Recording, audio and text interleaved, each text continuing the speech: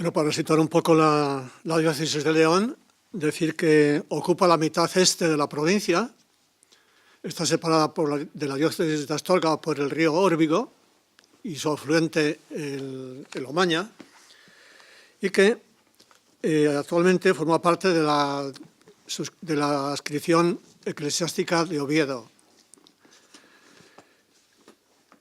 Hay noticias de León, en el año 254, que tenía el obispado de León el obispo Basílides. Es un obispo que es destituido, precisamente por caer en el pecado de libelo.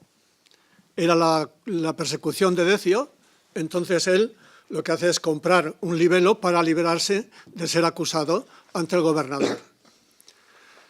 Se entera el que entonces era máxima cabeza de la Iglesia norteafricana, San Cipriano, y le escribe una carta, pues lógicamente censurando su postura, viendo que su acción es una traición a Jesucristo, al cristianismo, entonces queda, vamos a decir, destituido. Pues bien, bueno, la diócesis de León tiene 9.630 kilómetros cuadrados.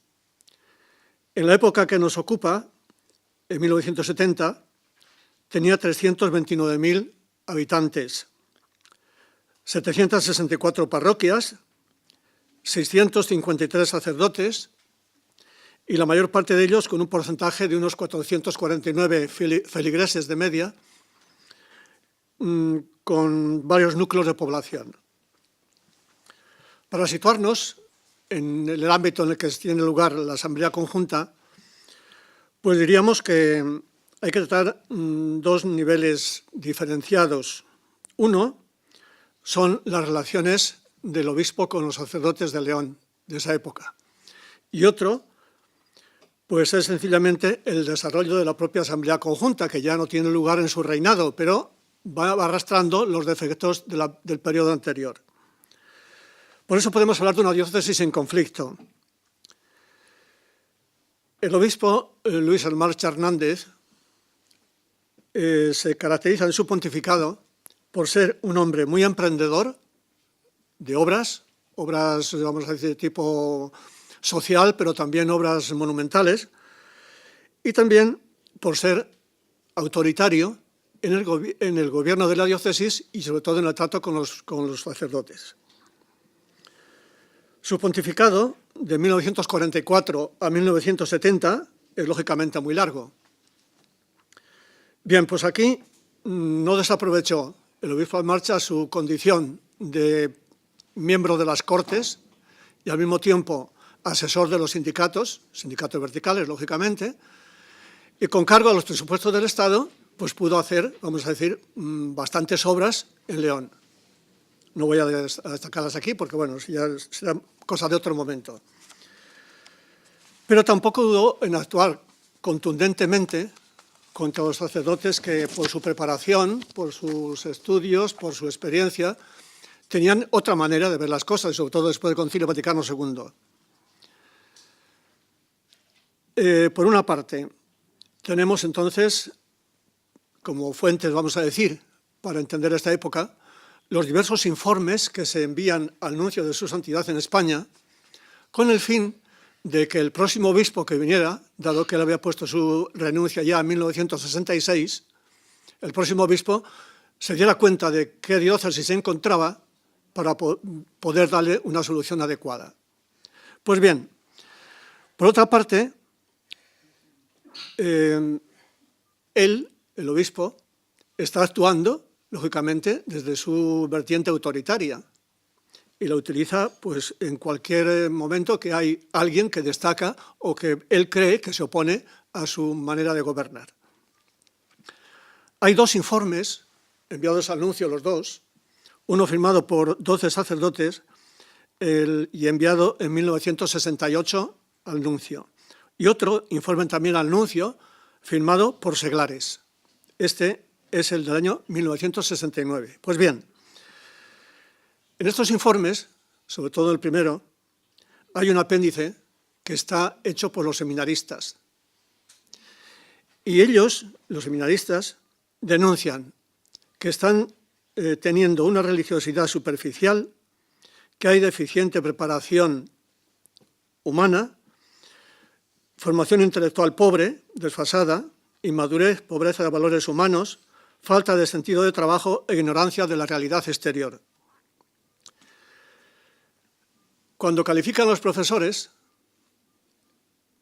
dicen que el ambiente es de falta de preparación, quitando algunas excepciones, y destacan también los procedimientos para los alumnos que eran expulsados del seminario, por algún motivo, pero son procedimientos de tipo, pues, digamos, casi carcelario, hasta encerrarlos en la enfermería para que no supieran, vamos a decir, no pudieran hablar con sus compañeros.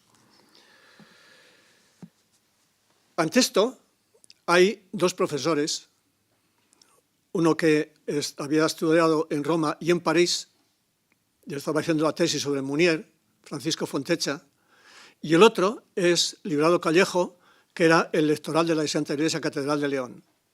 Pues bien, estos hacen un informe, va directamente al obispo y se lo entregan en mano. ¿Cuál es su objetivo? Pues ellos dicen que de lo que se trata es de colaboración activa con nuestro obispo siguiendo el espíritu conciliar. ¿Cuál es el resultado? Esto es el año 66. El año 67 es expulsado de su profesorado el canónigo de la catedral y año 68 es expulsado el profesor de filosofía Francisco Fontecha. A este último, el motivo de la expulsión, que no le dicen, pero que era el que creían, es que formaba parte de la Operación Moisés.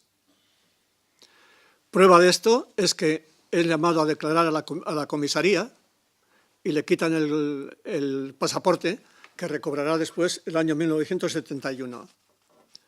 A partir de aquí vendrá pues toda la polémica que sobre todo se mantiene entre el profesor Librado Callejo, que es el doctoral de la catedral, y el vicario de enseñanza.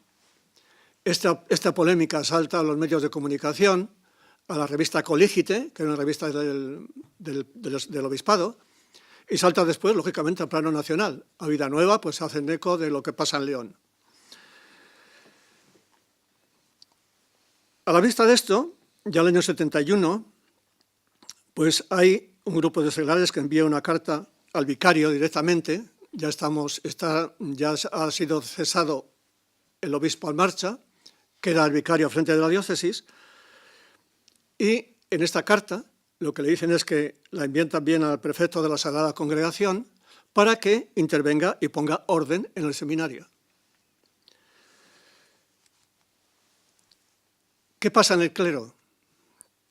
Pues pasa lo siguiente.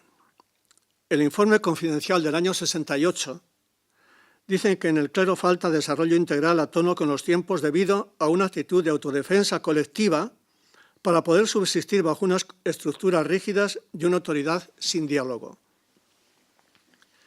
El informe confidencial de los seglares habla de la tipología del clero leonés.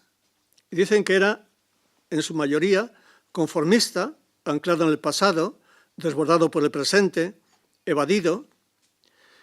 Y el estudio informativo que envían el profesor Fontecha y el profesor Librado Callejo al nuncio el 11 de agosto del 69,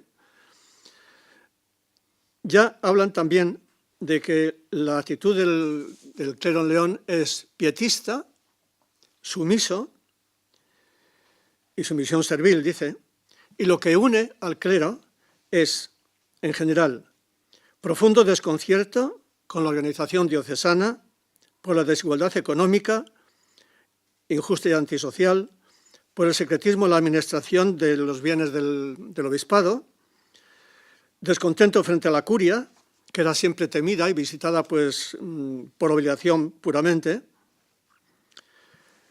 Hablan también de una formación servil ante el obispo por parte de la curia Y sobre todo, pues que el obispo se mantiene firme en eso de que no dialoga. El obispo no dialoga, sino que escucha y juzga, sin escuchar a nadie. En el nivel del clero, pues hay también otro problema en León, que es el siguiente. Comienza a extenderse su influencia en el Opus Dei. Y ya el año 1965 hay un formador en el Seminario Mayor que es del Opus Dei. El año 1968-69 varios nuevos sacerdotes son también del Opus Dei. Por tanto, hay un recelo o una fuerza nueva que va entrando en el clero y que va, lógicamente, tratando de ocupar sitios clave para la influencia en la diócesis. Hay también otro grupo, que son los del Instituto Secular Sacerdotal de San Isidoro, que estos son los preferidos por el obispo Almarcha y que han sido colocados en la Basílica de San Isidoro y desde allí ocupan los puestos principales de dirección de la política del obispado, desde las vicarías del obispado, y después los centros de formación, rectores del seminario, formadores del seminario, fundamentalmente. Y claro está, todo esto hacía crecer los sentimientos de recelo porque se iba extendiendo la convicción de que para ser alguien en León había que pertenecer o a San Isidoro o al Opus Dei. Y si no, no era nadie ni en la toma de decisiones ni en la ocupación de los puestos clave. La hermandad sacerdotal, pues sencillamente, se caracteriza por la línea tradicional de compromiso político con el régimen y más o menos pues una línea pues bastante tradicional en la manera de entender la religión, la fe y las prácticas pastorales. La celebración de la Asamblea Diocesana, por no detenerme mucho porque si no, pues vamos a ver. ¿Qué es lo que ocurre? El obispo Almarcha no permite celebrar la consulta entre los sacerdotes de León. No estaba interesado en que se supiera cómo pensaban los sacerdotes de la diócesis, ni estaba tampoco interesado en participar en la asamblea conjunta. Él veía que era algo asambleario y que por lo tanto se le escapaba de las manos. Bien, una vez que cesa, el vicario general, don Argimiro, decide entrar en la asamblea conjunta. Él dice que no tiene los datos de los sacerdotes de León, de la encuesta consulta, pero que la media de la encuesta nacional les puede servir perfectamente para comenzar los trabajos en el nivel que estaba ya en la asamblea, que era del comienzo de los trabajos por grupos, cada uno dentro de su ámbito. Pues bien, aquí se forma entonces la Asamblea Conjunta en León y se estructura, pues como en todas las diócesis, organismo superior, organismo ejecutivo y grupos de trabajo. Estos grupos de trabajo, pues tendríamos que entre los números 8 y 48 son grupos de trabajo formados por criterios de territorialidad, es decir, parroquias, fundamentalmente esto, y arciprestazgos. Después del 1 al 7 y el 49 son funcionales, es decir, profesores, gente que se une porque trabaja en distintos ámbitos, etcétera, son funcionales. Aquí hay, entre estos funcionales, hay al menos dos grupos que son muy críticos. Son equipos que se han formado en el seminario menor. Después están los grupos espontáneos, que son grupos también que se forman pues, por distintas afinidades. Por ejemplo, pues, curas rurales, etcétera, que no se sentían suficientemente representados por los funcionales y entonces forman sus grupos aparte. Bien, en este sentido, cuando llega ya la Asamblea Conjunta en su nivel propiamente dicho, que es ya en julio del año 71, pues resulta que el organismo superior queda invariable, pero queda más bien con funciones honoríficas. Los moderadores eran el vicario capitular y delegado del clero, que eran miembros natos, son del grupo de sacerdotes de San Isidoro. Aquí hay una pugna por elegir otros 3 para completar el grupo de los moderadores, y en esa pugna pues logran meter los que son un poco más críticos a un hombre, a un sacerdote que es más bien de la línea del obispo, pero más comprensivo, vamos a decir como más moderado. Vienen después las comisiones de ponencia, los ponentes, que son elegidos por el organismo superior, en virtud de que se entendía que era gente más especializada en cada uno de los temas que iban a tratar. Las comisiones de ponencia, pues aquí ya hay, lógicamente, una elección de sus miembros y hay pues, el interés de cada uno colocar a los de su grupo en esa comisión.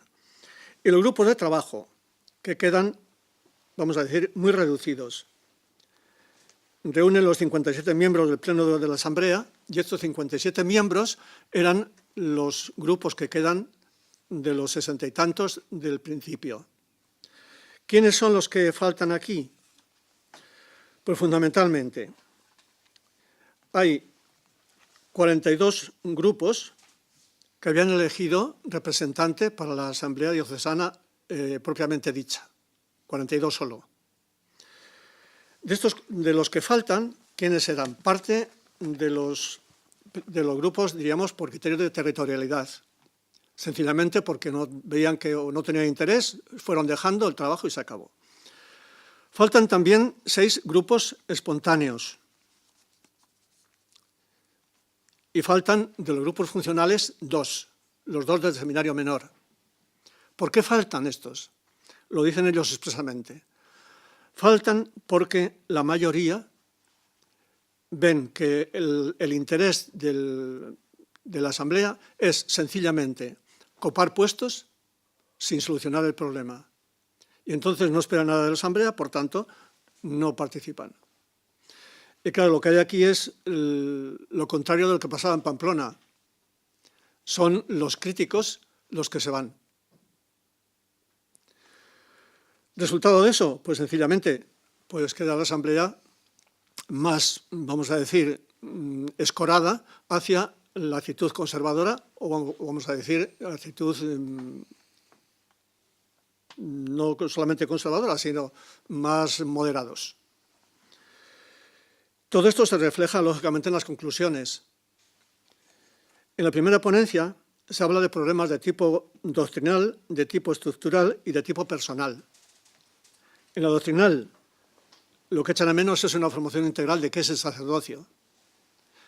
En la formación estructural, pues sencillamente las relaciones con el obispo y con la curia.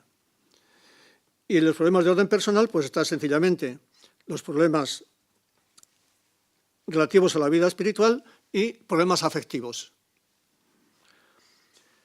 Hay una respuesta de la comisión de la ponencia, según la cual la aclaración que da del sacerdocio ministerial es solamente en relación al sacerdocio común de los fieles. El sacerdocio ministerial actúa en la persona de Cristo y el de los fieles no apacientan al pueblo. Pero esto es por definición. También dice que es importante destacar la dimensión profética, sencillamente porque las nuevas circunstancias de tipo cultural de la época pues obligan a una exposición más clara y más actualizada del cristianismo. Después al obispo lo que se le pide es amistad sincera y diálogo obediente, a los sacerdotes se les pide amistad sincera y diálogo obediente con el obispo. Al obispo no le piden nada. Después, una espiritualidad derivada de la tarea pastoral y de la vuelta a las formas tradicionales de espiritualidad. Y aquí pues termina el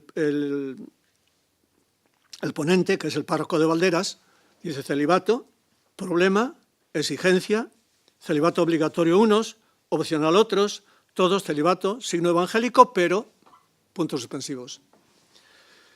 ¿Qué ocurre aquí? Pues sencillamente que al tiempo de votar las proposiciones hay dos proposiciones que son opuestas. Una, celibato sacerdotal debe continuar siendo obligatorio. Sí, 29, por tanto, no tiene los 2/3 requeridos. La contraria, celibato sacerdotal debería ser opcional. Sí, 17, tampoco tiene la puntuación requerida, por tanto, quedan excluidas del elenco de proposiciones aprobadas. En cuanto a la estructura pastoral de la diócesis, bueno, pues se destaca lo de los grupos de sacerdotes y lo que se habla sencillamente es de que no sean grupos de presión, no sean instrumentos al servicio del obispo ni crear división entre el clero. Son los consejos que dan en el aire, pero que no deciden tampoco nada. Las proposiciones, pues en el mismo sentido, no salen aprobadas en ningún sentido porque no tienen la mayoría requerida. Y para no cansaros más, en cuanto a la formación del clero, y ya con esto termino porque esto ya no es... Pasa lo siguiente. El ponente de esa conferencia es el rector del seminario menor, un isidoriano. Entonces, lo único que busca es el reconocimiento del seminario menor a nivel de Ley General de Educación.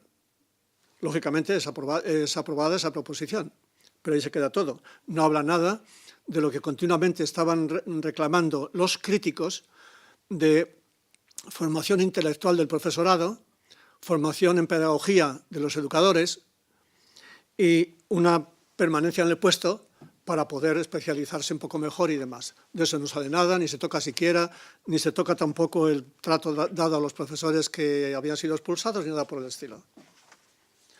Resultado final, pues hombre, hay cosas que sí son atendidas.